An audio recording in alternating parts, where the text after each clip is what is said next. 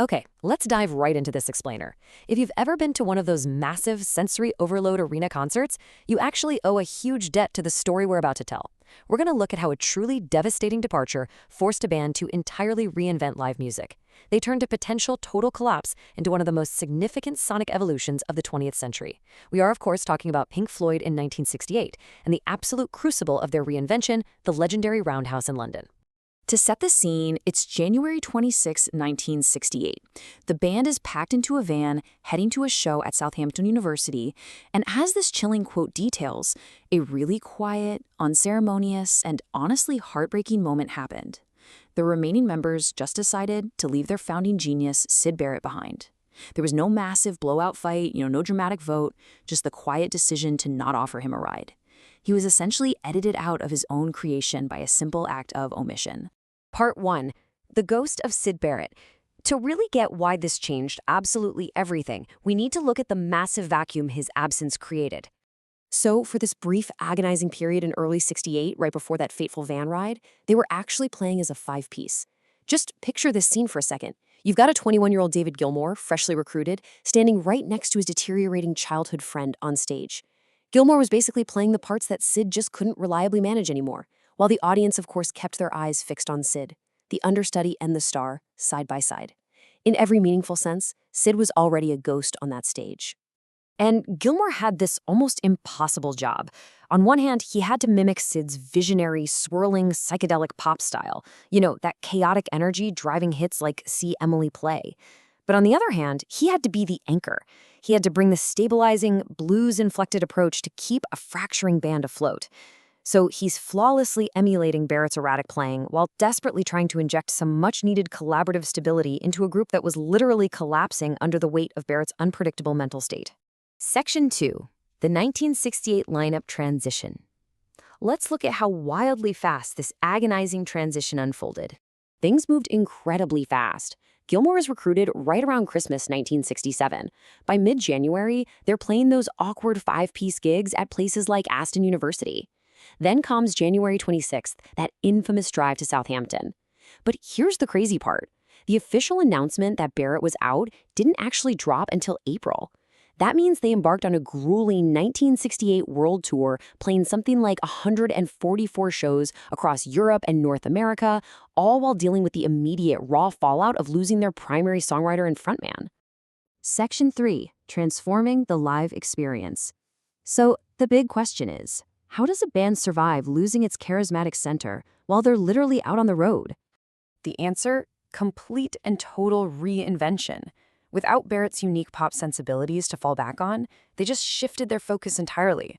They ditched the short, whimsical tracks and instead started building these massive, immersive soundscapes.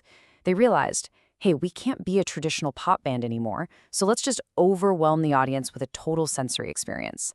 The physical makeup of their setlist changed almost overnight. Pop hits like See Emily Play? Gone. Instead, they leaned heavily into space rock anthems like Astronomy Domine to kick things off. They took tracks like Interstellar Overdrive and stretched them way beyond the 10-minute mark, filling that void left by Barrett with these huge atmospheric jams, roaring feedback, and massive organ swells. Rigid pop sequencing was out the window, and free-form exploration took its place. Section 4. Pioneering multi-channel audio. Because they didn't just change the music to distract from the missing frontman, they brought in some seriously groundbreaking tech. I absolutely love this piece of technology. It was called the Azimuth Coordinator, and it was a custom-built, joystick-controlled quadraphonic audio system. Basically, it allowed the band, specifically keyboardist Rick Wright, to literally throw sound effects around the room in real time. We're talking footsteps, backward cymbal crashes, or Roger Waters' manic laughter just swirling around the audience. Decades before modern spatial audio or Dolby Atmos was a thing, this was designed to completely plunge the listener into the physical space of the music. And the lasting impact of that choice is literally still studied today. As this academic research points out, this early multi-channel setup was revolutionary. It completely transformed Pink Floyd's concerts from standard rock gigs into these highly experimental, spatial experiences. They were using perceptual cues and deep immersion to change the very nature of live commercial music forever. Section 5. The Roundhouse Legacy. because the physical backdrop for this massive, kind of chaotic evolution was a legendary London venue known as the Roundhouse. The evolution of this venue over just 3 years is wild. When Floyd first played the Chalk Farm Roundhouse in '66, it was basically a derelicted train shed. You had to climb a rickety stepladder to get inside, and it mostly smelled of mildew and marijuana. The light show? Just primitive film clips projected on plastic sheets. But fast forward to 1969, as the band finalized this transitional era, and the venue had morphed into the epicenter of a highly focused, almost spiritual musical movement. A Guardian reporter who went to a 1969 all-night show actually captured these rich sensory details for us perfectly. The queue outside was incredibly slow and patient. Inside, the place smelled of cheap, over-scented joss sticks burning on candlelit stalls, which I guess is a slight upgrade from the mildew. The ceiling was covered in these shifting, pulsating protoplasmic blobs of color, and the crowd was overwhelmingly 18 to 23 years old. A sober, intensely focused group just sitting on the cold concrete floor, letting the throbbing sound and color completely wash over them for hours. I love this quote from that same Guardian review. It really nails the vibe. The reporter pointed out that this wasn't some wild rock party. It was what they called a reverential raven. Nobody was getting frantic. People sat for hours simply observing the sonic spectacle.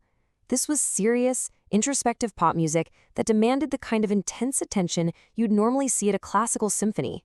As the reporter wryly noted, you'd probably see more rhythmic head and shoulder jogging during Beethoven's Seventh at the Albert Hall.